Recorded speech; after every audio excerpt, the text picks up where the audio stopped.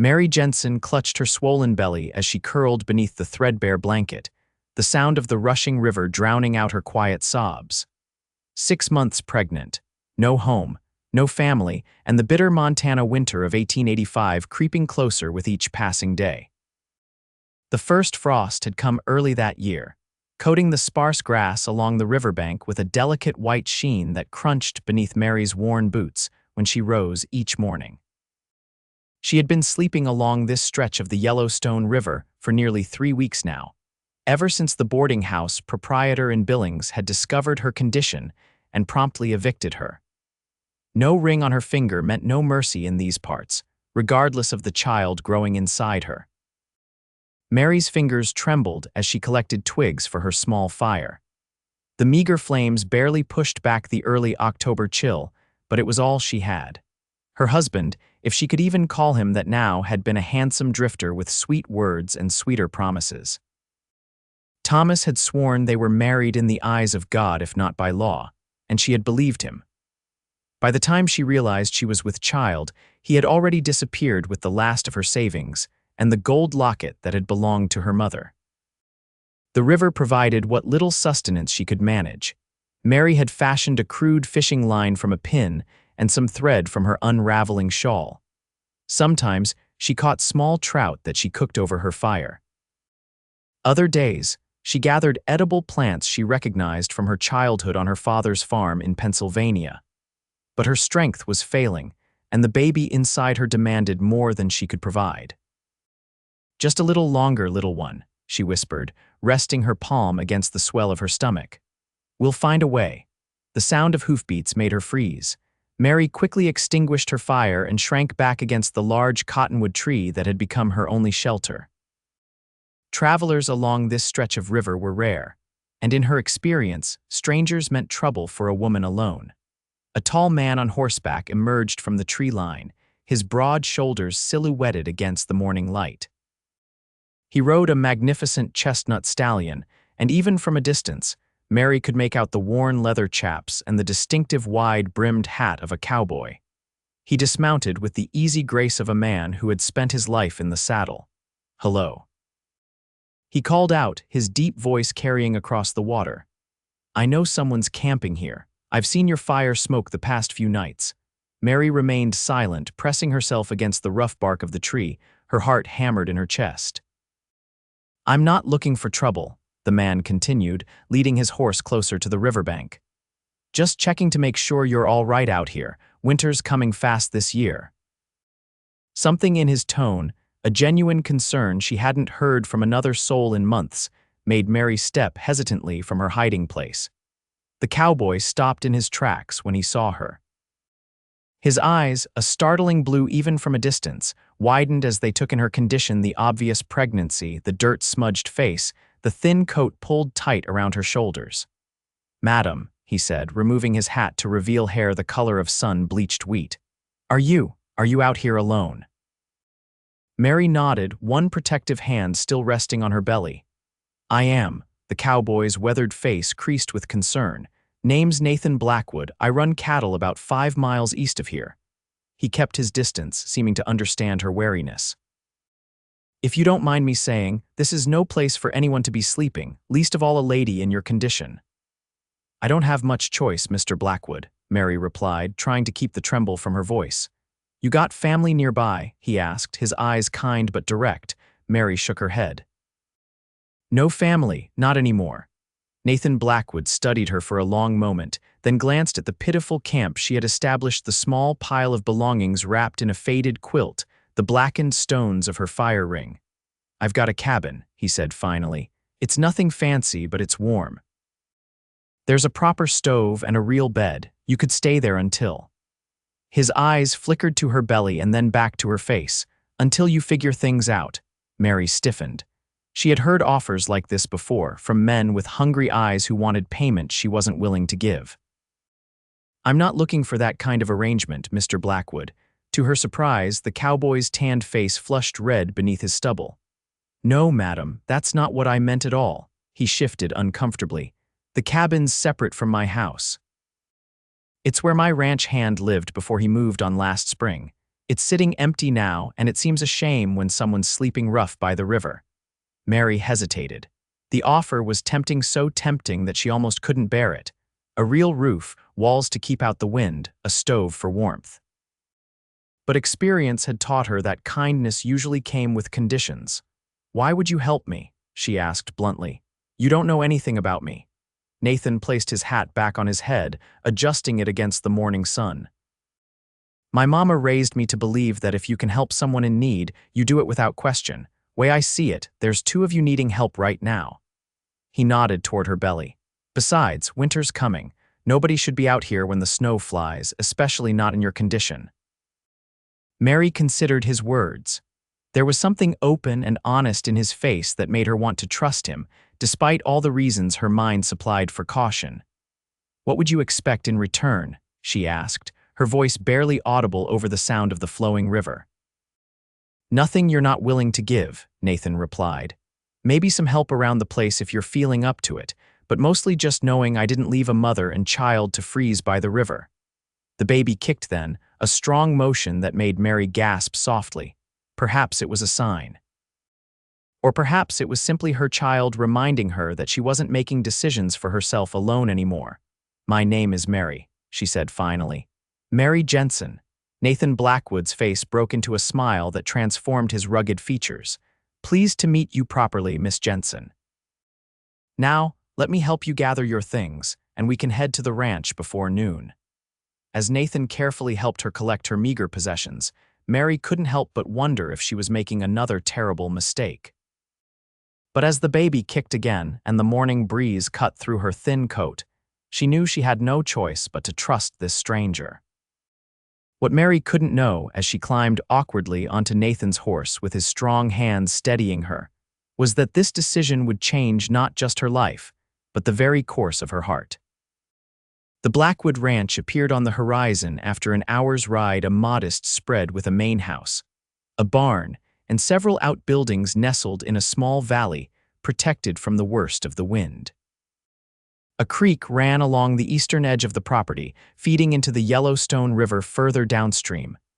"It's not much," Nathan said as they approached, "but it's home." To Mary, who had spent weeks sleeping on the hard ground, it looked like paradise. The main house was a sturdy log structure with a stone chimney, smoke curling from it in a welcoming plume. Several horses grazed in a corral near the barn, and in the distance, she could make out a herd of cattle dotting the hillside. "How many acres do you have?" she asked, genuinely curious. "About 500, Nathan replied. "Inherited most of it from my father, added some more over the years, runs right up to the foothills there." He pointed to the mountains rising in the distance. He guided his horse toward a small cabin set about 100 yards from the main house. It was a simple structure, but to Mary's eyes, it might as well have been a palace. "Here we are," Nathan said, bringing the horse to a stop. He dismounted first, then reached up to help Mary down. His hands were strong and steady around her waist, careful of her condition as he lowered her to the ground. "Thank you," Mary murmured, flustered by the contact.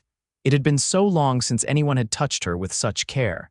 Nathan led her to the cabin door and pushed it open. "Like I said, it's nothing fancy." The interior was a single room with a small iron stove in one corner, a narrow bed against the wall, a rough-hewn table with 2 chairs, and a small cupboard. There was a window on each wall, letting in the afternoon light, and the floor was wooden planks worn smooth by years of use. To Mary, after weeks of sleeping under the open sky, it was magnificent. "Mr. Blackwood, this is..." she began, emotion tightening her throat. "Nathan, please," he corrected gently. "And I know it's basic, but we can make it more comfortable. There are extra blankets in the main house, and I've got some supplies in town I was planning to pick up anyway." Mary turned to him, overwhelmed by his kindness. "Why are you doing this, really?" Nathan's eyes softened as he looked at her. "My wife, Sarah, she died in childbirth 3 years ago, her and our baby boy." Pain flickered across his face. "I couldn't help them, but I can help you." The simple honesty of his words struck Mary to her core. This wasn't charity or some misguided attempt at courtship. This was a man who understood loss, who knew what it meant to be alone. "I'm sorry about your wife," she said quietly. Nathan nodded, acknowledging her words without dwelling on them. Let me get a fire going in that stove. It gets cold quick once the sun starts to set. As he busied himself with the stove, Mary took stock of her new surroundings. The cabin was dusty from disuse, but fundamentally sound. No holes in the roof, no cracks in the walls where the wind could penetrate. It was more security than she had known in months. Do you live alone? She asked as Nathan coaxed flames from the kindling. Just me and Hank, he's my foreman. Lives in a room off the barn. There's a cook who comes in 3 days a week, Mrs. Finch from town. Otherwise, it's quiet around here. He straightened, satisfied with the fire. I should warn you, people talk in these parts. Having you here, well, there might be gossip. Mary gave a bitter laugh. Mr. Blackwood, Nathan, I'm an unmarried woman 6 months gone with child. I'm well acquainted with gossip. A small smile tugged at the corner of his mouth.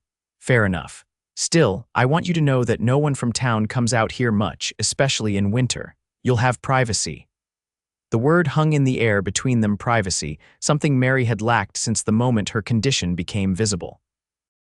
Thank you, she said simply, unable to fully express her gratitude. I'll bring over some supplies, Nathan said, heading for the door. Food, water, those extra blankets, you rest. He paused at the threshold. Mary, you're safe here, I promise you that. After he left, Mary sat carefully on the edge of the bed, hardly daring to believe her change in fortune. The baby kicked vigorously, as if approving of their new shelter. I know, she whispered, stroking her belly. It's going to be all right now. But even as she said the words, Mary knew better than to fully trust in promises or the kindness of strangers. Life had taught her that lesson too well. This arrangement with Nathan Blackwood was temporary, a respite, nothing more. She would have her baby, regain her strength, and then find a way to make it on her own. She had to. Because depending on others had only ever led to heartbreak. The first week at the Blackwood Ranch passed in a blur for Mary. After months of constant vigilance, sleeping by the river, the security of 4 solid walls and a locked door allowed her to truly rest for the first time since discovering her pregnancy. She slept deeply on the narrow but comfortable bed, her body finally able to release the tension it had held for so long. True to his word, Nathan kept his distance, respecting her privacy. He would come to the cabin once each day, usually in the late afternoon, bringing fresh supplies and checking if she needed anything. Their conversations were brief, but gradually grew less awkward as the days passed. On the 8th day, Mary woke feeling stronger than she had in months. The morning air was crisp with early winter, but the cabin remained cozy thanks to the efficient little stove. She dressed in one of the few dresses she still owned, stretching the fabric over her growing belly, and decided it was time to stop hiding away. Outside, the ranch was alive with activity. Nathan was in the corral, working with a spirited young horse while Hank, a weathered man with a silver-streaked beard, shouted instructions from the fence. Mary watched from the cabin doorway, impressed by Nathan's calm, patient approach with the nervous animal. When he finally noticed her standing there, Nathan handed the horse's lead to Hank and walked over, removing his gloves. Good morning, he said, his face breaking into a genuine smile. It's good to see you up and about. I can't hide in that cabin forever, Mary replied. And I meant what I said about earning my keep. Nathan frowned slightly. You don't need to worry about that right now. Your job is taking care of yourself and the baby. I've been doing that for months while sleeping on the ground, Mary said firmly. I'm pregnant, not helpless. And I'm going stir-crazy sitting alone all day. Something like respect flickered in Nathan's eyes. Fair enough. What do you know how to do? I grew up on a farm in Pennsylvania. I can cook, clean, mend, garden. I'm good with chickens and I can milk a cow if you've got one. We've got 2, Nathan said, gesturing toward a small paddock. Old Bessie and her daughter Daisy.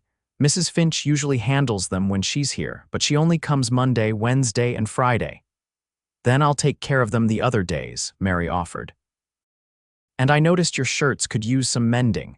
Nathan looked down at his sleeve where, sure enough, a seam was starting to come apart. He chuckled. I'm not much with a needle and thread. I am, Mary said simply. It's the least I can do. Nathan studied her for a moment, then nodded.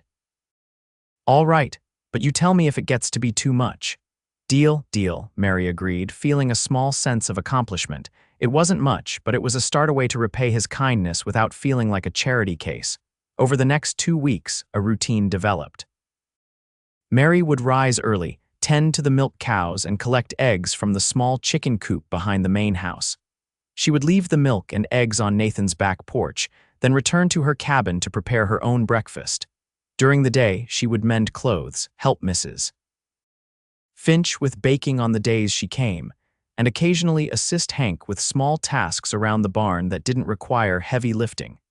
Nathan remained respectful of her boundaries, never entering her cabin unless invited and always announcing his presence before approaching.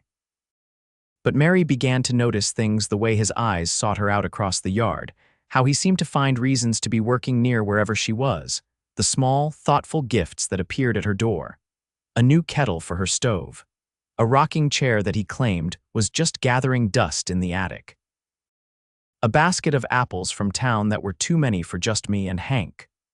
One evening in late October, as the first serious snowfall of the season blanketed the ranch in white, Mary invited Nathan to stay for supper. She had prepared a simple stew with vegetables from the root cellar and some of the venison he had brought back from hunting. "This is delicious," Nathan said, clearly savoring each bite. "Been a long time since I had a home-cooked meal that wasn't Mrs. Finch's. Is Mrs. Finch not a good cook?" Mary asked, amused by his expression. "She's fine, but she's got one way of making things and that's it. Been eating the same meals on rotation for 3 years now." He took another spoonful of stew. "This is different, better." Mary felt a flush of pleasure at the compliment. "Thank you. I enjoy cooking when I have proper ingredients." They ate in comfortable silence for a few minutes before Nathan spoke again. "Can I ask you something? You don't have to answer if you don't want to." Mary tensed slightly but nodded. "How did you end up by the river?" he asked quietly. Mary stared into her bowl, considering how much to reveal. Finally, she sighed. "I was a teacher in Billings. Small school, just one room, but I loved it. Then I met Thomas." Her voice hardened at the name. "He was charming, handsome, said all the right things. Told me he was passing through on business but wanted to marry me once he returned. Well, you can see the result." She gestured to her belly. "He didn't come back," Nathan guessed. "No, by the time I realized I was expecting, he was long gone. Along with the money I'd been saving and a locket that belonged to my mother." Mary's hand went unconsciously to her throat where the necklace had once rested. "When the school board discovered my condition, they dismissed me immediately. No unmarried woman in my moral condition could teach their children, apparently." Nathan's jaw tightened with anger, but he remained silent, letting her continue. "I had a room at Mrs. Holloway's boarding house, but when I couldn't pay and she realized why, she put me out. Said I'd bring disrepute to her establishment." Mary gave a humorless laugh. "I tried to find other work, but no one would hire a woman in my condition.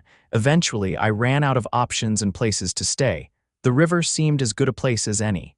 "And your family?" Nathan asked gently. "You mentioned a farm in Pennsylvania. My parents died of influenza 5 years ago. The farm went to pay their debts. I have no siblings, no other family to speak of." Mary looked up from her bowl to meet his eyes directly. "So now you know. I'm a fallen woman who trusted the wrong man and is paying the price." "That's not how I see it," Nathan said, his voice low and serious. "I see a strong woman who's been dealt a bad hand but is still fighting. There's no shame in trusting someone who didn't deserve it. The shame belongs to him, not you." The simple kindness of his words made Mary's eyes fill with tears. She blinked them back quickly, unwilling to give in to the emotion.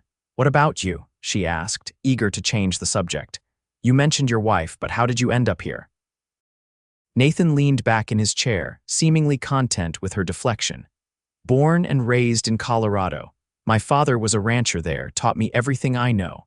I came up to Montana looking for cheaper land about 5 years ago, met Sarah in Billings. She was the daughter of the local doctor." A shadow passed over his face. "We were married for just under a year before she died." "I'm sorry," Mary said, meaning it. "It must have been very difficult." "It was. Still is some days." Nathan's eyes took on a faraway look. "For a while after, I thought about selling up, moving on. But this place, it gets under your skin." The mountains, the open sky, feels like home now. Mary understood what he meant. Despite her circumstances, she had grown to appreciate the wild beauty of Montana, the vast expanses, the rugged landscape, the sense of possibility that hung in the air. "Thank you for telling me," she said softly. "About Sarah." Nathan nodded, a small, sad smile touching his lips. "Thank you for the stew and the company." After he left, Mary stood at the window of her cabin, watching his tall figure trudge through the snow back to the main house. She pressed a hand to her belly, feeling the baby shift beneath her palm. "He's a good man," she whispered to her unborn child. "Better than most." But even as she acknowledged Nathan's kindness, Mary reminded herself not to read too much into it. Men like Thomas had taught her that lesson well enough. Nathan Blackwood might be different, but she couldn't afford to believe in that difference, not with a child depending on her. Still, as she prepared for bed that night, Mary couldn't help but replay their conversation in her mind, finding comfort in the way Nathan had looked at her not with judgment or desire, but with genuine respect. It was something she hadn't experienced in a very long time.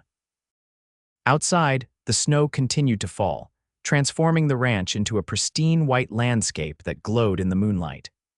Mary fell asleep to the soft crackling of the fire in her stove and dreamed, for the first time in months, of possibilities rather than fears. November arrived with a vengeance, bringing with it fierce winds and heavy snowfall that kept everyone close to home.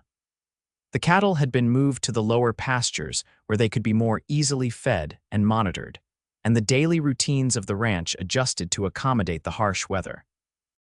For Mary, now 7 months pregnant, the advancing winter brought new challenges. Her back ached constantly, her ankles swelled, and the baby seemed to grow more active with each passing day. Yet despite her discomfort, she found herself settling into life at the Blackwood Ranch with surprising ease. What had begun as a temporary shelter was slowly becoming something that felt dangerously like home. Mary had added small touches to the cabin: dried flowers arranged in a jar on the table, a quilt she had mended draped over the rocking chair, herbs hanging from the rafters to dry. These modest attempts to make the space her own were a dangerous indulgence, she knew. This wasn't her home, couldn't be her home, and yet, her relationship with Nathan had evolved as well.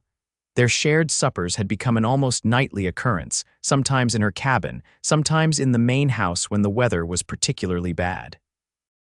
They talked for hours about everything and nothing: books they had read, places they had seen, memories of their childhoods.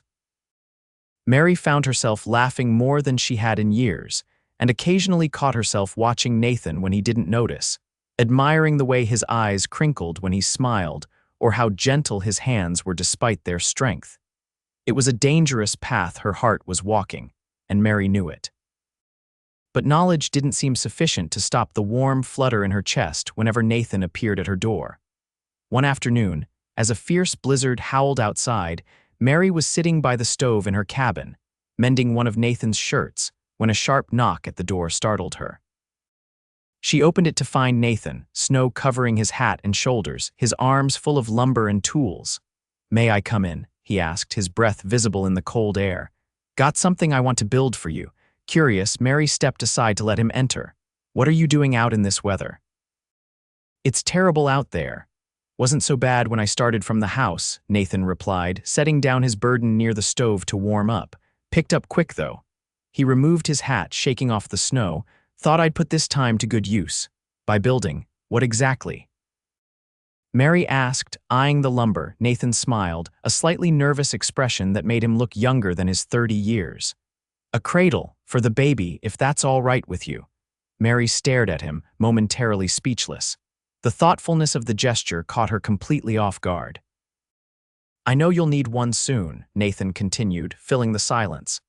"And I've been meaning to make one anyway. Got the wood seasoned in the barn." "That's very kind of you," Mary finally managed, emotion making her voice tight. "You don't have to do that. I want to," Nathan said simply. He hesitated, then added, "Unless you'd rather I didn't. I don't mean to overstep." "No, it's not that," Mary assured him quickly. "I'm just not used to." She trailed off, unsure how to express what she was feeling. "Kindness without conditions," Nathan suggested gently. Mary nodded, looking away to hide the sudden tears that threatened. Damn these pregnancy emotions making her so vulnerable. Well, get used to it, Nathan said, his tone lightening as he unpacked his tools. Because that's how things work around here. Now, do you mind if I set up near the window? I'll need the light. For the next several hours, as the storm raged outside, Nathan worked steadily on the cradle. Mary continued her mending, stealing glances at him as he measured, cut, and shaped the wood with practiced hands. They spoke little, but the silence between them was comfortable, broken only by the howling wind, the crackling fire, and the rhythmic sounds of Nathan's work. By early evening, the basic frame of the cradle was taking shape, a simple but elegant design with gently curved headboards. Nathan worked with a focus and precision that Mary found fascinating to watch. His large hands, so capable with horses and cattle, displayed a surprising delicacy when working with the fine details of the cradle. "You're very skilled," she observed as he paused to examine his work. "Did you make furniture before?" Nathan looked up, a pleased expression crossing his face. "My grandfather was a carpenter, taught me some when I was young. I'm no master, but I can manage the basics." He ran a hand along the smooth curve of wood he had just shaped. "Made most of the furniture in the main house. Keeps me busy during the winter months." "It's beautiful," Mary said sincerely. "The baby will be very fortunate to have such a fine cradle." Something flickered in Nathan's eyes at her words, a shadow of the grief he still carried for his own lost child, perhaps, but it passed quickly, replaced by a warm smile. "I should stop for today," he said, standing and stretching his back. "Light's fading and I don't want to make mistakes. I can finish it tomorrow if the weather clears." Mary rose as well, suddenly aware of how domestic the scene must appear, her mending by the fire, him crafting a cradle for her child, like a husband and wife preparing for their baby. The thought sent a jolt through her that was equal parts longing and fear. "The storm seems to be getting worse," she said, moving to the window. The snow was falling so heavily now that she could barely see the main house. "You probably shouldn't try to go back." Nathan joined her at the window, standing close enough that she could feel the warmth radiating from his body. "You're right, wouldn't be safe." He turned to look at her, suddenly seeming to realize the implication of his words. "I can sleep on the floor, by the stove." Mary nodded, trying to ignore the nervous flutter in her stomach. It was the practical solution, the only solution, really. The storm made it impossible for him to return to the main house safely. "I'll make us some supper," she said, moving toward the small pantry to hide her flushed cheeks. "I have plenty of supplies." They ate a simple meal of beans, bacon, and cornbread, talking little but exchanging glances that seemed to grow more meaningful as the evening progressed. After they had finished and washed the dishes together, an awkward tension filled the small cabin. "I should get some rest," Mary finally said. "The baby seems to think nighttime is the perfect opportunity for gymnastics." Nathan smiled. "Sarah used to say the same thing, that our boy was most active when she was trying to sleep." It was rare for him to mention Sarah or their son so directly, and Mary felt honored by his willingness to share the memory with her. "Does it get easier?" she asked softly. "The grief, I mean." Nathan considered the question seriously. "Not easier exactly, different, less raw. There are still days when it hits hard, but they come less often now." He looked at her with those startlingly blue eyes. "The hard part is letting yourself find joy again without feeling guilty about it." The words hung between them, laden with meaning neither was quite ready to acknowledge. Mary prepared for bed, changing into her nightgown behind the privacy screen Nathan had thoughtfully brought from the main house weeks earlier. When she emerged, she found that he had made himself a pallet on the floor near the stove, using extra blankets from the chest. "Will you be warm enough?" she asked, settling onto her bed. "I've slept in worse conditions," Nathan assured her. "This is downright luxurious compared to some cattle drives I've been on." Mary blew out the lamp, plunging the cabin into darkness save for the orange glow from the stove. She lay awake, acutely aware of Nathan's presence just a few feet away. The storm continued to rage outside, wind whistling through the trees and snow pattering against the windows. "Mary," Nathan's voice came softly through the darkness. "Yes, I'm glad you're here. Storm or no storm, I mean." "I'm glad you're at the ranch," Mary smiled into the darkness, allowing herself a moment of pure, uncomplicated happiness. I'm glad too, Nathan. Good night. Good night, Mary. As she drifted toward sleep, lulled by the storm and the comfortable warmth of the cabin, Mary realized with a start that for the first time since discovering she was pregnant, she wasn't afraid of what tomorrow might bring. Somehow, without her noticing, Nathan Blackwood had given her more than just shelter. He had given her hope. The thought should have frightened her. Hope was dangerous, especially hope pinned to a man. But as sleep claimed her, Mary found she couldn't summon the fear. Instead, she dreamed of cradles and cabins and a future where she wasn't alone. By mid-December, the cradle stood finished in the corner of Mary's cabin, a beautiful piece of craftsmanship with smooth, rounded edges and a gentle rocking motion. Nathan had carved small stars along the headboard, and Mary had sewn soft bedding to line it, preparing for the baby's arrival now just weeks away. The weather had turned bitterly cold, making travel to town difficult and isolating the ranch from the outside world. Mrs. Finch had moved into a small room off the kitchen in the main house rather than trying to make the journey from town 3 times a week, and Hank had taken to sleeping in the barn to keep a closer eye on the livestock during the harsh weather. For Mary, the isolation was both a blessing and a curse. A blessing because it spared her the judgment and whispers that would inevitably follow a visibly pregnant, unmarried woman. A curse because it left her with far too much time to contemplate her growing feelings for Nathan, feelings she knew were unwise, but seemed powerless to control. Since the night of the blizzard, something had shifted between them. Nothing had been said outright, but Mary caught the way Nathan's gaze lingered on her when he thought she wasn't looking. She noticed how his hand would occasionally brush hers when they worked together, the contact brief but deliberate. And she was acutely aware of her own response, the quickening of her pulse, the warmth that spread through her at his touch. One afternoon, as Christmas approached, Nathan arrived at her cabin with a large fir tree dragging behind him. "What on earth is that for?" Mary asked, laughing at the sight of him struggling with the tree. "Christmas," Nathan replied, as if it were obvious. "Thought the cabin could use some cheer." He propped the tree against the wall. "I've got a stand for it back at the house, and some ornaments if you'd like them." Mary stared at him, oddly touched by the gesture. "I haven't celebrated Christmas properly in years." "All the more reason to do it right this year," Nathan said. He hesitated, then added, "I was thinking we could have Christmas dinner together. You, me, Hank, and Mrs. Finch, like a proper family gathering." Family, the word hung in the air between them, fraught with meaning. "I'd like that," Mary said softly. "Very much." Nathan's smile was like the sun breaking through clouds. "Good, that's good." He looked around the cabin, suddenly appearing nervous. "There's something else I wanted to talk to you about." Mary's heart skipped a beat. "What is it?" "I've been thinking about the baby coming and you being out here in this cabin alone." He ran a hand through his hair, a gesture Mary had come to recognize as a sign of his nervousness. "It worries me, especially with the weather being what it is. If something happened, if you needed help." "I'll be fine, Nathan," Mary assured him, though the same concerns had been weighing on her mind. "Thing is, you might not be," he countered gently. "And I couldn't live with myself if something went wrong and I wasn't here to help." He took a deep breath. "I've been thinking. What if you moved into the main house, just until the baby comes? There's plenty of room. You could have the bedroom at the back with its own entrance, more privacy than here, actually."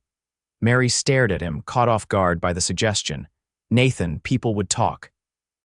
"People always talk," he said dismissively.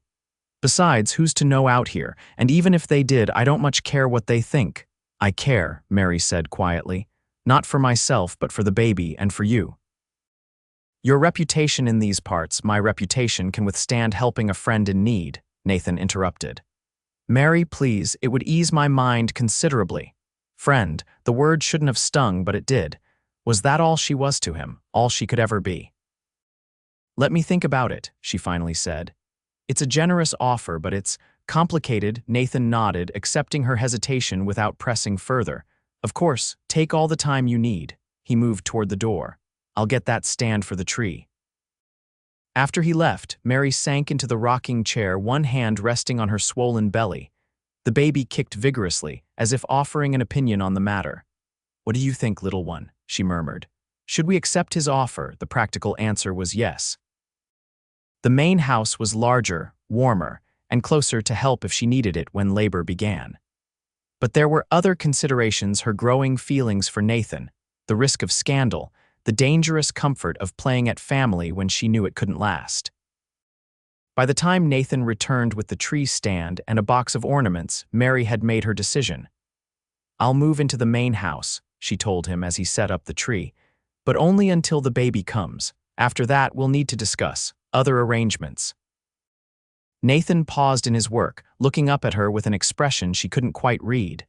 "Other arrangements, for the future," Mary explained, choosing her words carefully.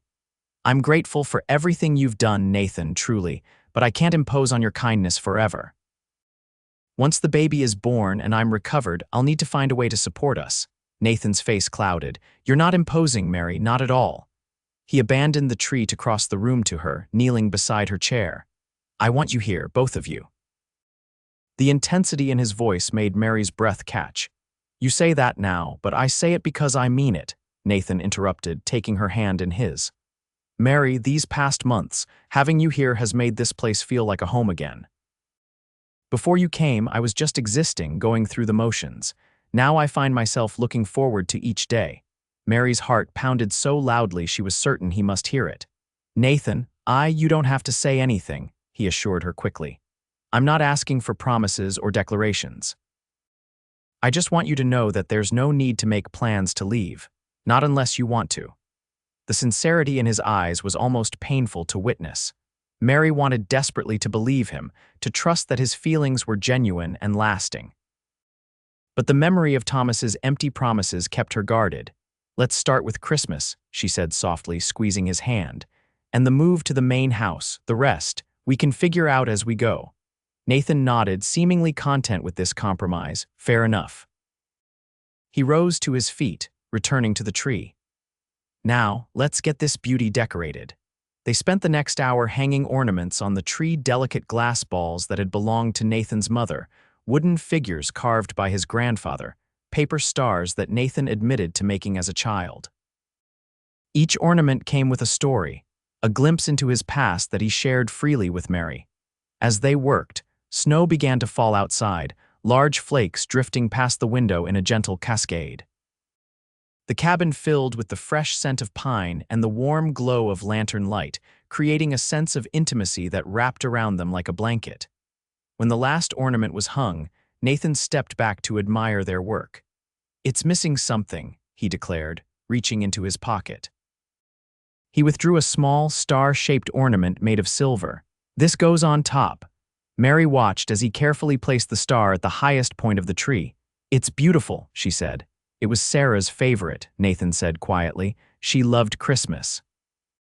The mention of his late wife didn't bring the usual shadow to his face, Mary noticed. Instead, there was a gentle nostalgia, a fond remembrance rather than raw grief. She would be happy to see it being used, Mary said, hoping the words offered some comfort. Nathan turned to look at her, his expression soft in the golden light. "Yes, I believe she would." He hesitated, then added, "Sarah wanted me to be happy. In her last moments, that's what she told me, to find happiness again someday." Mary held his gaze, understanding the weight of what he was trying to say. "And have you found happiness?" "I'm starting to," Nathan replied, his voice low and earnest, "for the first time in a very long time." The moment stretched between them, full of unspoken possibilities. Mary felt herself drawn toward him, all her carefully constructed barriers weakening in the face of his honesty. Then the baby kicked hard enough to make her gasp, breaking the spell. Nathan's concern was immediate. "Are you all right?" Mary laughed, a bit breathlessly. "Yes, just a particularly enthusiastic kick. Here." Without thinking, she took his hand and placed it on her belly. "Feel." Nathan's eyes widened as the baby kicked again, right against his palm. A look of wonder transformed his face, joy mixed with a hint of remembered sorrow. "That's amazing," he whispered. They stood like that for a long moment, his hand warm against her through the fabric of her dress, connected by the movement of the child within her. It was the most intimate moment they had shared, innocent yet profound. Finally, Mary gently stepped back, overwhelmed by the emotions coursing through her. I should start packing if I'm to move to the main house. Nathan nodded, understanding her need for space. I'll come back tomorrow with the wagon to help move your things. He moved toward the door, pausing with his hand on the latch. Good night, Mary. Good night, Nathan. After he left, Mary stood before the decorated tree, one hand resting on her belly where Nathan's had been moments before. The baby had settled now, as if soothed by the brief contact. What am I doing? She whispered to the empty room. Falling in love with Nathan Blackwood hadn't been part of her plan.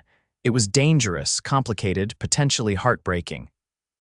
And yet, as she began to gather her belongings for the move to the main house, Mary couldn't deny the hope that had taken root in her heart, hope for a future she had never dared to imagine.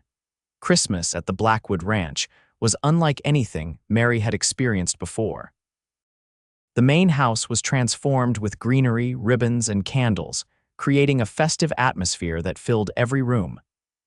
Mrs. Finch outdid herself with the Christmas dinner, preparing a feast that included a roast goose, mashed potatoes, fresh bread, and 3 different kinds of pie.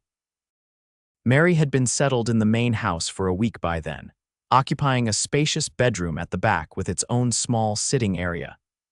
Nathan had been true to his word about respecting her privacy, never entering her rooms without invitation and maintaining a proper distance when Hank or Mrs.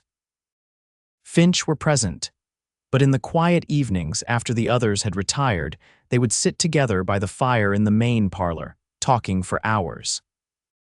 These conversations had become the highlight of Mary's days, a chance to learn more about the man who was steadily claiming her heart despite her best efforts to guard it. The Christmas dinner was served in the early afternoon, with all 4 of them gathered around the large oak table in the dining room. Hank, usually a man of few words, became surprisingly talkative after a glass of Nathan's good whiskey, regaling them with tales of his adventures as a young cowboy. Never thought I'd settle in one place this long, he admitted, looking around the table with a rare smile. But the boss here makes it hard to leave. That's because I let you win at cards, Nathan quipped, earning a hearty laugh from the older man, Mrs. Finch, a plump widow with kind eyes and a no-nonsense attitude, patted Mary's hand across the table. It's good to have another woman around the place, she said warmly. Brings some balance to all this masculine energy. Mary smiled, touched by the acceptance she had found among these people. For the first time since leaving her parents' home, she felt part of a family again, not by blood, but by choice and circumstance. After dinner, they exchanged simple gifts. Mary had used scraps of fabric to make a quilt for the baby, which she showed to everyone with shy pride. Mrs. Finch presented her with a beautifully knitted shawl, and Hank gave her a small wooden box he had carved himself for keeping special things, he explained gruffly. Nathan's gift came last, a small package wrapped in brown paper and tied with string. You didn't need to get me anything, Mary protested as he placed it in her hands. You've already done so much. Just open it, Nathan urged, an unusual nervousness in his manner. Mary carefully untied the string and unwrapped the paper. Inside was a silver locket on a delicate chain, not ornate, but beautifully crafted with a simple floral design etched on its surface. Oh, Nathan, she breathed, opening the locket to find it empty, waiting for memories to fill it. I know it's not the same as the one you lost, he said quietly, but I thought you might like something to keep close to your heart. For the baby's picture, perhaps. Mary looked up at him, tears welling in her eyes. It's perfect, thank you. Their gazes held for a long moment, the air between them charged with unspoken feelings. Then Mrs. Finch cleared her throat, breaking the spell. Well, I think it's time for pie, she announced, rising from her chair. Hank, come help me serve. As the older pair disappeared into the kitchen, Nathan reached across the table to take Mary's hand. Merry Christmas, Mary. Merry Christmas, Nathan, she replied, no longer trying to hide the affection in her voice. Later that evening, after Mrs. Finch and Hank had retired for the night, Mary and Nathan sat together in the parlor, watching the flames dance in the fireplace. The locket hung around Mary's neck, a comforting weight against her collarbone. This has been the best Christmas I can remember, Mary admitted, her hand absently stroking her belly. Thank you for making it so special. Nathan smiled, the firelight casting warm shadows across his face. Having you here has made it special for me too. He hesitated, then added, I have something else for you. Not exactly a gift, more of, well, you'll see. He stood and crossed to his desk, retrieving a folded document which he brought back to her. This is the deed to the cabin where you were staying. I've had it modified to include your name. Mary stared at him in shock. Nathan, what are you saying? I'm saying that whatever happens, whatever you decide, you and your child will always have a home here, Nathan explained, his voice steady but emotion evident in his eyes. The cabin is yours, Mary, no conditions, no expectations. Mary took the document with trembling hands, overwhelmed by the magnitude of the gesture. I don't know what to say. You don't have to say anything, Nathan assured her. I just wanted you to know that you have choices, that your future isn't something you need to fear anymore. Mary looked from the deed to Nathan's face, seeing the sincerity there, the genuine desire to give her security without demanding anything in return. It was so unlike anything she had experienced before that she hardly knew how to respond. Why? She finally asked, the question that had been on her mind since that first day by the river. Why do all this for me? Nathan was quiet for a long moment, considering his answer. At first, it was because you needed help and I could give it, simple as that. He looked into the fire, his profile strong against the dancing light. But now it's because I can't imagine this place without you in it, can't imagine my life without you in it. The words hung in the air between them, a confession that changed everything. Nathan, Mary began, her voice barely above a whisper, I'm afraid. He turned to look at her directly. Of what? Of believing in this, in us. She gestured between them. I trusted once before and was betrayed, and now there's not just me to consider, but the baby too. I'm not Thomas, Nathan said simply, and I would never ask you to trust me blindly. Trust should be earned. He leaned forward, his eyes intent on hers. All I'm asking is for the chance to earn it, day by day.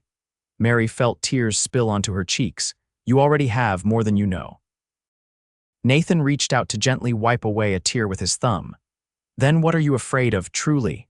Of losing this, Mary admitted, the words coming from a place so deep inside her that she hadn't fully acknowledged it until now. Of finding happiness only to have it taken away again. Life offers no guarantees, Nathan said softly. I learned that when I lost Sarah, but the alternative never risking love again, that's no life at all. Love. He hadn't said the word directly in relation to her, but it hovered in the air nonetheless, unspoken but undeniable. Mary placed her hand over his where it rested against her cheek. I never expected to find you, she whispered. Never expected to feel this way again or at all. Nathan's eyes darkened with emotion. Mary, but whatever he had been about to say was interrupted by a sharp gasp from Mary as she doubled over, clutching her belly.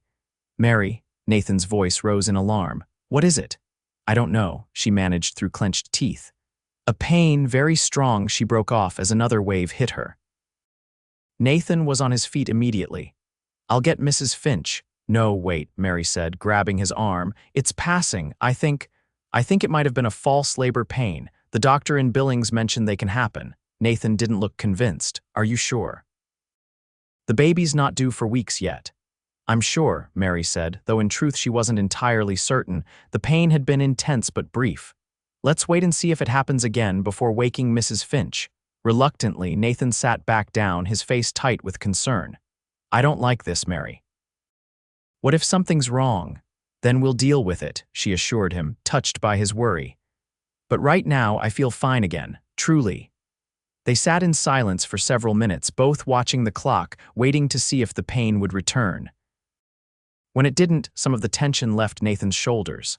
Maybe you should get some rest, he suggested. It's been a long day, Mary nodded, suddenly feeling very tired. You're right, help me up. Nathan stood and offered his hands, pulling her gently to her feet. The movement brought them close together, their faces just inches apart. For a breathless moment, Mary thought he might kiss her, wanted him to kiss her, but instead he stepped back respectfully. I'll walk you to your room, he said, offering his arm. As they moved through the quiet house, Mary leaned slightly against him, drawing comfort from his solid presence. At her door they paused. Thank you for the locket, she said softly, and for the cabin, But most of all, thank you for. She struggled to find the right words, for seeing me. The real me, not just my circumstances. Nathan's smile was tender. Good night, Mary. Call if you need anything at all. I will. Good night, Nathan. Inside her room, Mary changed into her nightgown and settled into bed, her mind replaying the events of the day. Despite the brief scare with the pain, it had been perfect in every way, the kind of Christmas she had dreamed of as a child but had never quite experienced.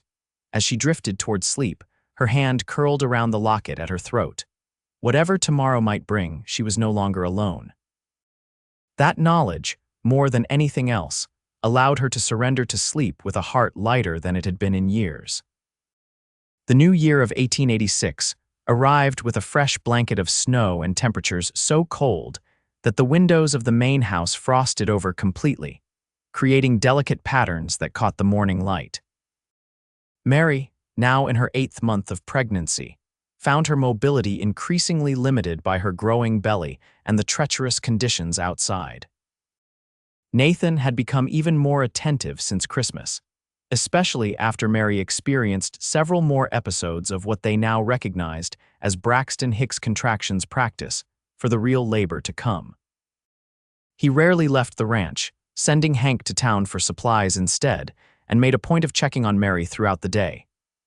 "You're hovering again," Mary teased one morning as Nathan appeared in the doorway of the kitchen where she was helping Mrs. Finch prepare bread dough.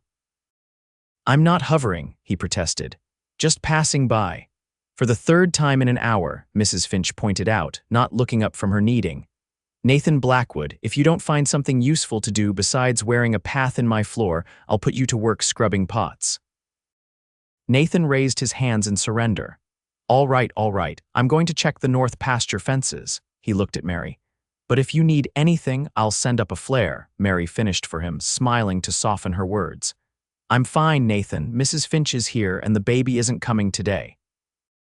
He nodded, looking somewhat abashed. "I'll be back before dark." After he left, Mrs. Finch gave Mary a knowing look.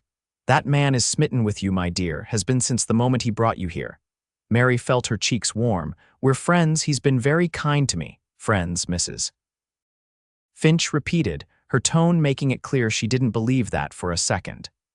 "I've known Nathan Blackwood for 3 years, and I've never seen him look at anyone the way he looks at you. Not even Sarah, God rest her soul." Mary's hands stilled in the dough. "He loved Sarah very much." "Yes, he did," Mrs. Finch agreed. "But what he felt for Sarah was the love of a young man for his first sweetheart. What I see in his eyes when he looks at you is deeper the love of a man who knows what it means to lose everything and find hope again." Mary didn't know how to respond to that. Her own feelings for Nathan had grown steadily stronger with each passing day, but she had been careful not to examine them too closely, too afraid of what she might find. "It's complicated," she finally said. "My situation, the baby. Life is always complicated, dear Mrs. Finch replied, dividing her dough into loaf-sized portions. "The question is whether the complications are worth facing for what lies on the other side." Mary considered the older woman's words as they finished preparing the bread in companionable silence. Were her fears valid, as they might be worth sacrificing a chance at happiness? Was she using her past hurt as an excuse to avoid risking her heart again? Before she could pursue that line of thought further, a sharp pain seized her lower back, radiating around to her abdomen. It was stronger than the practiced contractions she had experienced before, and it took her breath away. "Mary," Mrs. Finch was immediately at her side. "What is it?" "A pain," Mary managed, gripping the edge of the table. "Worse than before." Mrs. Finch's experienced eyes assessed her quickly. "How far along are you now?" 8 months. "Just started the 8th month," Mary confirmed, relief washing over her as the pain subsided. "It's too early, isn't it?" "First babies sometimes come early," Mrs. Finch said, her tone deliberately casual though her eyes remained watchful. "But let's not jump to conclusions. It could still be false labor." "Has your water broken?" Mary shook her head. "Good. Let's get you sitting down and we'll time these pains if they continue." Mary allowed herself to be led to a chair, trying to remain calm despite the flutter of fear in her chest. It was too soon. She needed more time to prepare, to be ready for the monumental task of bringing a child into the world. but her body had its own timeline, it seemed. Over the next hour, the pains returned twice more, each lasting longer than the one before. "I think we should get you to your bed," Mrs. Finch said after the third contraction, "and I believe it's time to send for Nathan." "He just left," Mary protested, "and it might still be false labor." "Better safe than sorry," Mrs. Finch replied firmly. "Hank can find him. The north pasture isn't far." Mary didn't argue further, suddenly grateful for the older woman's calm efficiency. Together, they made their way to Mary's bedroom, where Mrs. Finch helped her change into a nightgown and settle onto the bed. "I'll send Hank for Nathan and then gather what we'll need," Mrs. Finch said, patting Mary's hand. "Try to rest between the pains. This could be a long process, especially for a first baby." Left alone, Mary tried to follow the advice, but fear made relaxation impossible. What if something went wrong? The nearest doctor was in Billings, at least a day's ride away in good weather, and impossible to reach now with the snow-covered roads. Another contraction gripped her, stronger than before, forcing a small cry from her lips. When it passed, she found herself instinctively reaching for the locket Nathan had given her, drawing comfort from the smooth metal warmed by her skin. "Please be all right," she whispered to her unborn child. "Please be strong." The sound of boots pounding down the hallway announced Nathan's return well before he appeared in her doorway, his face flushed from cold and exertion, his eyes wide with concern. "Mary," he said, crossing to the bed immediately. "Hank said the baby's coming." "We think so," she replied, managing a weak smile. "It seems your son or daughter is impatient to meet you." The words slipped out before she could consider their implications. Nathan's expression softened, a look of such tenderness crossing his face that Mary felt tears spring to her eyes. "Our child will be welcome whenever they choose to arrive," he said simply, taking her hand in his. "Our child." The words hung in the air between them, a declaration, a promise, a future neither had dared to name until now.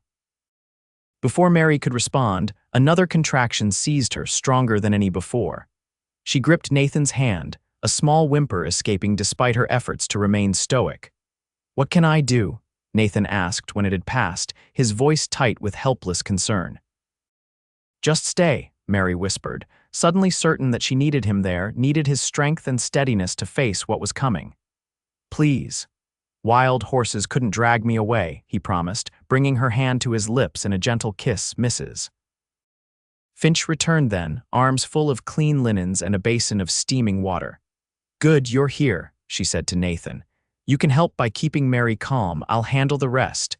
What followed was the longest night of Mary's life.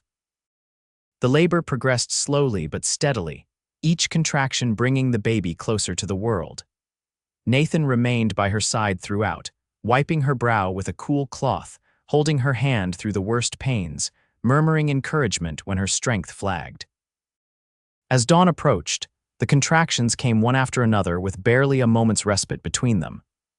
Mary, exhausted beyond anything she had ever experienced, began to fear she wouldn't have the strength to finish what her body had started.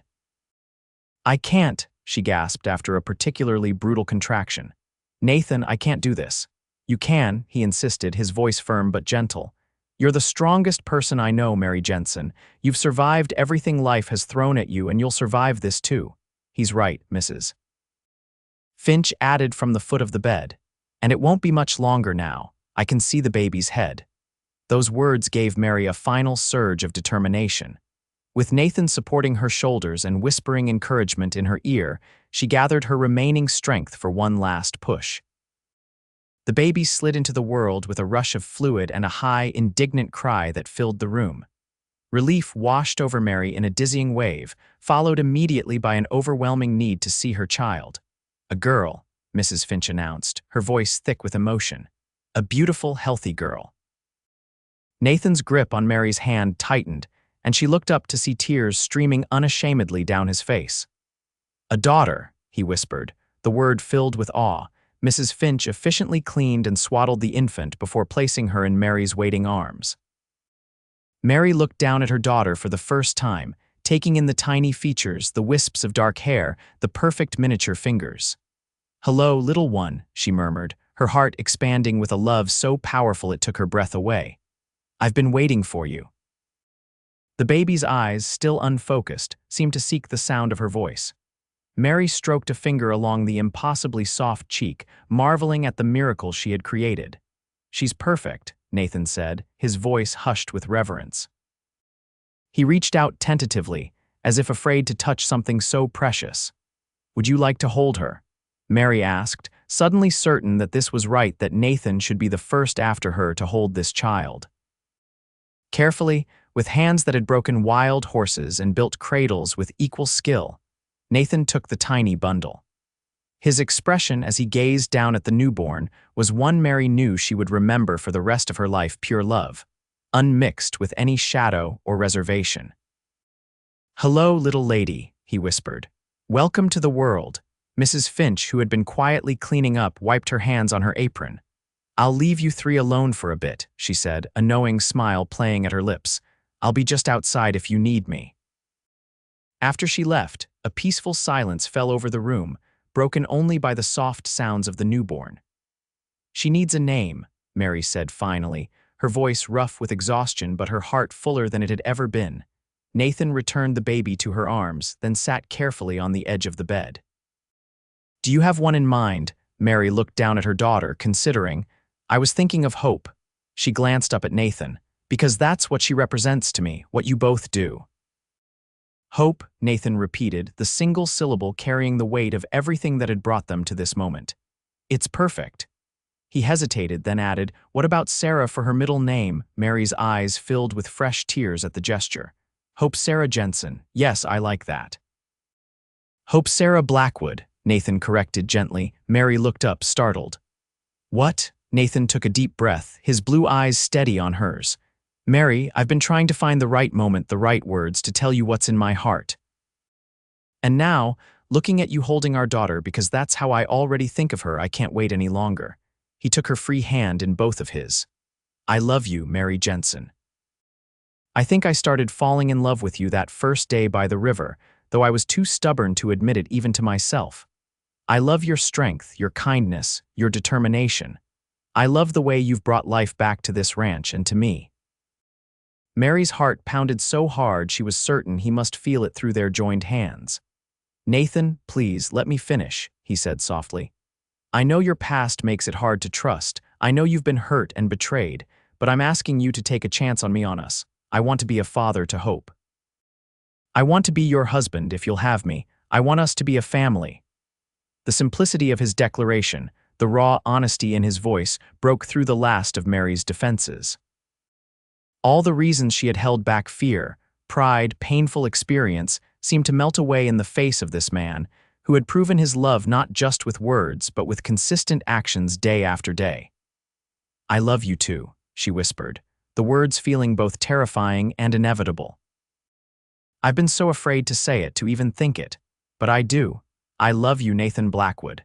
Nathan's face transformed with joy. He leaned forward, careful of the baby between them, and pressed his lips to Mary's in a kiss that was gentle but full of promise. When they parted, Mary looked down at their daughter, Hope Sarah Blackwood, a name that now felt right in every way. "Is that a yes?" Nathan asked, his voice tender. "Will you marry me, Mary?" Mary smiled, feeling truly at peace for the first time in longer than she could remember. "Yes," she said simply. "Yes to everything, to being your wife, to raising our daughter together, to building a life here." Nathan kissed her again, sealing their promise to each other. Hope made a small sound between them, as if adding her approval to the arrangement. "Look at that," Nathan said, gently stroking the baby's cheek, already expressing her opinion. Mary laughed, the sound full of joy despite her exhaustion. "Something tells me she'll take after her father in that regard. And her mother's strength," Nathan added, "she'll be unstoppable." As the first rays of morning sunlight filtered through the frosted window, illuminating the three of them in a gentle glow, Mary felt a sense of completion she had never known before. From homeless and desperate by the river to this moment of perfect belonging, it was a journey she could scarcely believe. "Thank you," she said softly to Nathan, "for finding me that day, for building me more than just a place to sleep, for building me a home." "No," Nathan replied, his eyes shining with love. "Thank you for being brave enough to stay, for giving me a second chance at family." He looked down at Hope, sleeping peacefully in Mary's arms, forgiving us both a future to believe in. Outside, the Montana winter continued its frozen rain, but within the walls of the Blackwood Ranch, a new family had blossomed born of kindness, nurtured by respect, and bound together by a love as vast and enduring as the western sky. Spring came early to Montana in 1886, the snow melting to reveal tender green shoots and wildflowers dotting the hills of the Blackwood Ranch. With the improving weather came the chance for Nathan and Mary to finally make their commitment official. They were married on a perfect April day beneath the old cottonwood tree by the creek, with Hope now 3 months old and growing stronger by the day, cradled in Mrs. Finch's arms during the ceremony. The wedding was small but joyful, attended by Hank, Mrs. Finch, and a handful of neighboring ranchers who had come to know and respect Nathan over the years. Mary wore a simple white dress that Mrs. Finch had helped her sew, with wildflowers in her hair and Nathan's locket around her neck. Nathan looked impossibly handsome in a new suit, his normally unruly hair tamed for the occasion, his eyes never leaving Mary's face as they spoke their vows. "I never thought I'd find love again," Nathan said, his voice carrying across the gathering. "But you and Hope have given me a second chance at happiness, and I promise to spend every day making sure you never regret taking a chance on me." Mary, who had prepared her own vows carefully, found herself momentarily speechless in the face of his sincerity. Then she took a deep breath and spoke from her heart. "When you found me by the river, I was lost in every way a person can be," she said. "You didn't just give me shelter, you gave me hope when I needed it most. You showed me that love doesn't have to hurt, that promises can be kept, that trust can be rewarded." She squeezed his hands. "I promise to love you and Hope with everything I am, to build our life together with honesty and faith, and to never forget the miracle that brought us to each other."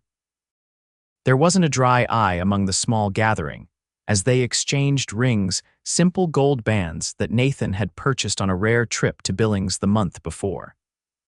When the preacher pronounced them husband and wife, Nathan pulled Mary into a kiss that managed to be both respectful of their audience and a promise of more to come. The celebration afterward was lively, with food. Mrs. Finch had spent days preparing and music provided by one of the neighboring ranchers who played the fiddle. Mary danced with her new husband beneath the stars, Hope sleeping peacefully in a basket nearby, and marveled at how completely her life had transformed in the space of 6 months. Later that night, after the guests had departed and Hope was settled in the cradle that now stood in their bedroom in the main house, Mary and Nathan found themselves alone for the first time as husband and wife. "Mrs. Blackwood," Nathan said, drawing her into his arms. "I like the sound of that." "So do I," Mary admitted, tilting her face up for his kiss. "Though I'm still getting used to it. We have a lifetime for you to practice," Nathan murmured against her lips. Their first night together as husband and wife was everything Mary had hoped for: tender, passionate, a true beginning rather than the false promises she had known before. Nathan's love was evident in every touch, every whispered word, every moment of connection between them. Afterward, lying in his arms with her head on his chest, Mary listened to the steady beat of his heart and felt a contentment so deep it brought tears to her eyes. "What is it?" Nathan asked, feeling the dampness against his skin. "Are you all right?" "More than all right," Mary assured him. "I was just thinking about how far we've come. If someone had told me a year ago that I would be here now, married to a wonderful man, with a beautiful daughter, in a home of our own, I wouldn't have believed it possible." Nathan's arms tightened around her. "Life has a way of surprising us. Sometimes in terrible ways, but sometimes." He kissed the top of her head, "Sometimes in ways more wonderful than we could have imagined." The weeks and months that followed their wedding were busy ones on the ranch. Spring brought calving season, which kept Nathan and Hank working from dawn until dusk. Mary split her time between caring for Hope, who was growing more alert and responsive by the day, and taking on more responsibilities around the ranch. She had proven to have a natural affinity for the vegetable garden, coaxing an abundance of produce from the soil that even Mrs. Finch admitted was impressive. She also discovered an unexpected talent for bookkeeping. organizing Nathan's chaotic records into a system that gave them a much clearer picture of the ranch's finances. "If I'd known you were this good with numbers, I'd have married you even sooner," Nathan teased one evening as they reviewed the month's accounts together. "And deprive me of my romantic riverside accommodations," Mary retorted with a smile. "How thoughtless." Nathan's expression sobered. "I still think about that sometimes, what might have happened if I hadn't ridden by the river that day, if I hadn't seen your campfire smoke." Mary set down her pencil and took his hand. "But you did, that's what matters." "Still," Nathan persisted, "it was so close to winter. And you were already in a weakened state, if anything had happened to you or Hope." "But it didn't," Mary reminded him gently. "We found each other, and now we have this." She gestured around them, encompassing not just the room but the entire life they had built together. Nathan raised her hand to his lips. "You're right, as usual. No point dwelling on what might have been when the reality is so much better than anything I could have hoped for." By the time Hope celebrated her first birthday the following January, the transformation of the Blackwood Ranch was complete. What had once been merely a place of work, a reminder of Nathan's losses, had become a true home filled with laughter and love. Hope was walking by then, toddling determinedly from one piece of furniture to another, her dark curls bouncing with each step. She had Nathan wrapped firmly around her tiny finger, a fact that amused both Mary and Mrs. Finch to no end. "Never thought I'd see the day when the fearsome Nathan Blackwood would sit for an hour making faces at a baby," Mrs. Finch remarked one afternoon as they watched Nathan playing with Hope on the parlor floor. "He's a natural father," Mary said softly, her heart full as she observed the two people she loved most in the world. "Better than I ever could have imagined." Mrs. Finch gave her a knowing look. "And how are you feeling these days, my dear? Any particular symptoms I should know about?" Mary's hand went instinctively to her stomach, a gesture that didn't escape the older woman's notice. "How did you know? I've only been sure for a week myself." "I've been around long enough to recognize the signs," Mrs. Finch said with a smile. "Does Nathan know yet?" "Not yet," Mary admitted. "I've been waiting for the right moment to tell him." That moment came later that same evening, after Hope had been put to bed, and Nathan and Mary were enjoying a rare quiet hour together by the fire. "I have something to tell you," Mary said, setting aside the shirt she had been mending. Nathan looked up from the book he had been reading. "That sounds serious. Is everything all right?" Mary smiled, loving the immediate concern in his voice. "Everything is perfect, actually, but our family is about to get a little bigger." For a moment, Nathan's expression remained puzzled. Then understanding dawned, his eyes widening. "Mary, are you saying?" "Yes," she confirmed, her smile growing wider. "We're going to have another baby, sometime in late summer, I think." Nathan was on his feet in an instant, pulling her up into his arms and spinning her around with a whoop of joy that nearly woke Hope. "Another baby. Hope is going to be a big sister," Mary laughed, placing a hand on his chest to steady herself when he finally set her down. "So you're happy about this?" "Happy doesn't begin to cover it," Nathan declared, cupping her face in his hands. "I love you so much, Mary Blackwood, and our growing family." He placed a gentle hand on her still flat stomach. "I hope it's a boy this time, a brother for Hope." "As long as the baby is healthy, I'll be content," Mary said, though the idea of a son with Nathan's blue eyes and kind heart made her heart swell with anticipation. The months that followed were busy ones, with preparations for the new baby coinciding with the spring and summer work on the ranch. Hope continued to grow and develop, her vocabulary expanding rapidly and her personality emerging as strong-willed, but loving a perfect blend of both her parents. Nathan insisted on building a new cradle for the coming baby, working on it in the evenings after his ranch duties were complete. Mary would often sit with him in the barn that served as his workshop, Hope playing at their feet, the three of them sharing the simple contentment of family life. "Do you ever think about how differently things might have turned out?" Mary asked one such evening, her hand resting on her growing belly where the new baby kicked vigorously. "If you hadn't found me that day," Nathan looked up from his work, sawdust clinging to his shirt and hair. "Sometimes. But then I look at you and Hope, at the life we've built, and I can't imagine any other path." He set down his tools and came to kneel before her chair, placing both hands on her rounded stomach. Everything that happened, all the pain, all the loss, it led us here, to each other, to our family.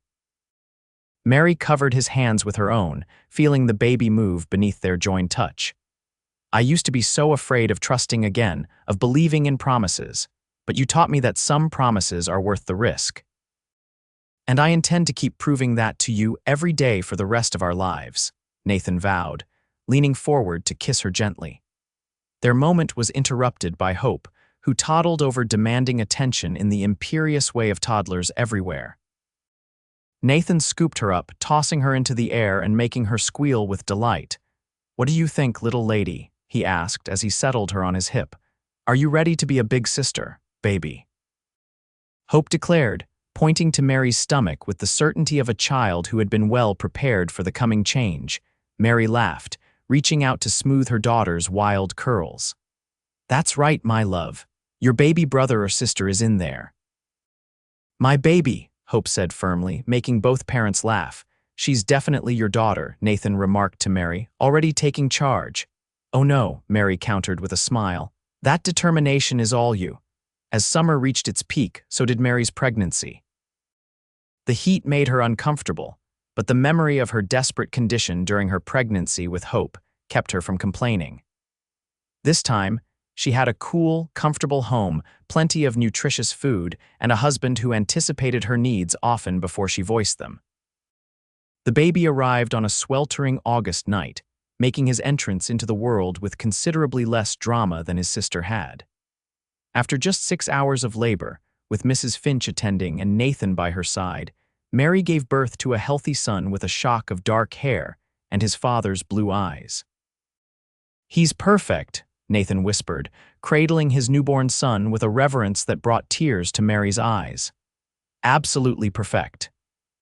They named him Daniel Thomas Blackwood, Daniel after Nathan's father, and Thomas as a reminder that even the darkest chapters of life could lead to unexpected blessings. The following morning, Nathan carefully brought Hope in to meet her new brother. The toddler approached the bed where Mary lay holding the baby with unusual caution, her eyes wide with curiosity. "Hope, this is your brother Daniel," Mary said softly. "Would you like to say hello?" Hope studied the tiny bundle intently. "My baby," she finally declared, reaching out a gentle finger to touch Daniel's cheek. "Yes," Nathan confirmed, his voice thick with emotion. "Your baby brother, and you're going to be the best big sister in all of Montana." As Mary watched her husband and daughter bonding over the newest member of their family, she felt a sense of completion that went beyond mere happiness. This was fulfillment, the deep satisfaction of knowing that she was exactly where she was meant to be, surrounded by love that had been freely given and gratefully received.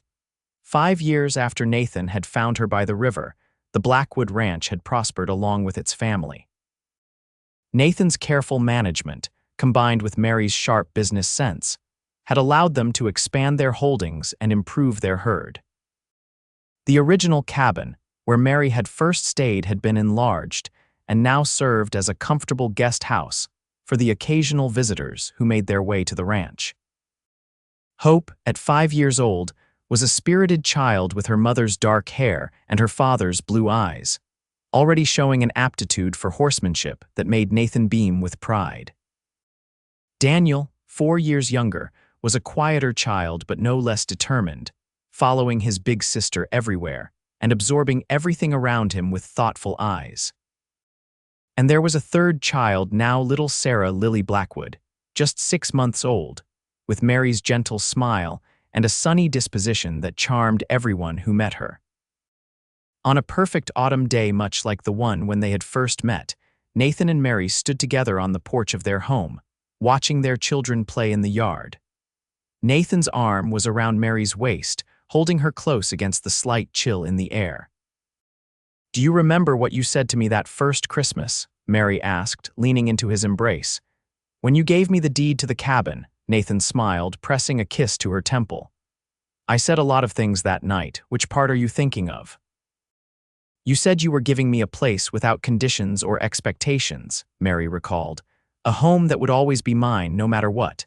"I remember," Nathan nodded. I wanted you to know you had choices. Mary turned in his arms to face him, her expression serious despite her smile.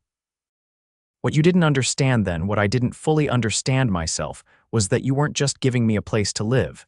You were giving me a place to dream again. She reached up to touch his face, tracing the lines that 5 years of laughter and Montana sun had etched around his eyes. You gave me back my future when I thought it was lost forever. Nathan caught her hand and pressed a kiss to her palm. And you gave me a family when I thought that chance had passed me by. I'd say we're even.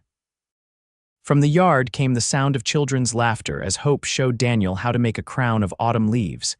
Baby Sarah watched from her blanket, gurgling happily at her siblings' antics. Look at them, Mary said softly. Our miracles. Nathan followed her gaze, his expression one of profound contentment. The best kind of miracle, he agreed. The kind you build day by day, choice by choice, promise by promise. As the sun began to set over the mountains, painting the sky in shades of gold and pink, Nathan pulled Mary closer for a kiss that still held all the tenderness and passion of their first.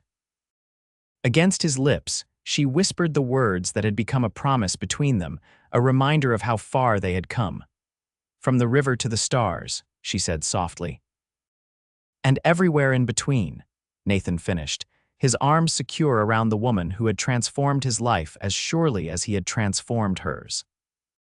Together, they turned to watch their children, their home, their life built from love and second chances, the fulfillment of dreams neither had dared to dream, until they found each other on the banks of a river in the wild heart of Montana.